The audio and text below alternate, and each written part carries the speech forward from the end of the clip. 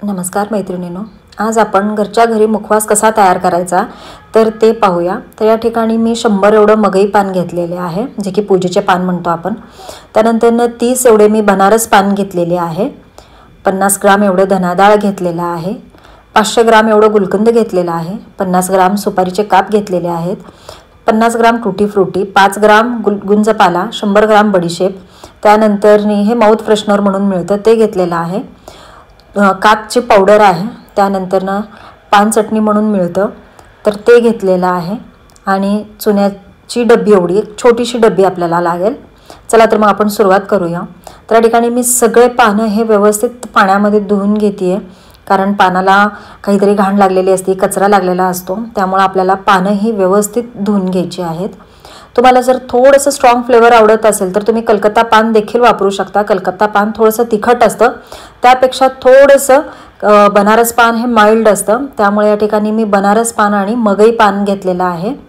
तर ही पानं देखील मी व्यवस्थित, आणि ही जी बनारस पानं असतात ती थोडीशी डार्क असतात आणि मोठी असतात। तर एक कॉटनचा कपडा घेऊन त्यावरती मी हे सगळे पानं वाळू घालते आहे। त्यावरचं आपल्याला पूर्ण पाणी हे म्हणजे वाळलं पाहिजे, अशा इतपत आपल्याला हे पानं सगळं वाळवून घ्यायचे आहेत।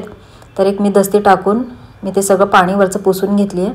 तर अशा प्रकारे आपल्याला पान फोल्ड करून त्याच्या मागचे जाडसर जे शिरा असतात तर ते आपल्याला कट करून घ्यायचं आहे, असं व्ही शेपमध्ये त्याला कट करून घ्यायचं आहे, पाहू शकता असं।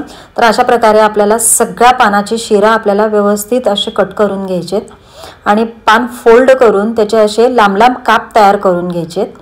त्यानंतर एक कढई घेतली आहे, त्यामध्ये आपल्याला सुपारी फक्त थोडंसं गरम करून घ्यायचं आहे, त्याला भाजून घ्यायचं नाही आहे, त्यातलं मॉइश्चर संपाव इतपतच। बडीशेपसुद्धा मी फक्त गरम करून घेते आहे। त्यानंतर सुपारी आपल्याला थोडंसं मिक्सर म्हणून जाडशी भरडाचं करून घ्यायची आहे। तर आपले हे बघताय असे लांब लांब मी काप करून घेतलेले आहेत। त्यामध्ये मी धनाडाळ घालते आहे, त्यानंतर आपली सुपारी जी बारीक केली होती ती घालते आहे, त्यानंतर गुंजपाला घालते। तर हे आपल्याला व्यवस्थित असं मिक्स करून घ्यायचं आहे। मिक्सरच्या एका छोट्या भांड्यामध्ये आपल्याला फक्त थोडंसं चर्न करून घ्यायचं आहे, कारण आपल्याला जास्त बारीक करून घ्यायचं नाही आहे। अशा प्रकारे आपल्याला इथं पाहू शकता आपण। तर सगळं पान जो आहे ते आपल्याला मिक्सरमधून काढून घ्यायचं आहे।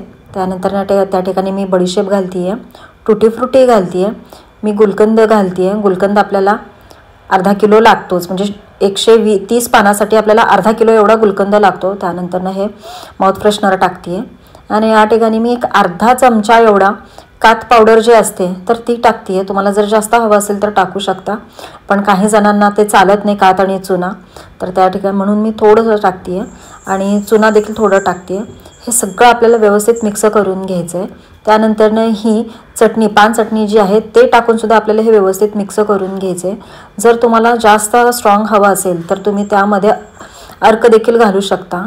चला तर मग आपला घरच्या घरी तयार झालेला हा मुखवास जेवणानंतर खाण्यासाठी तयार आहे।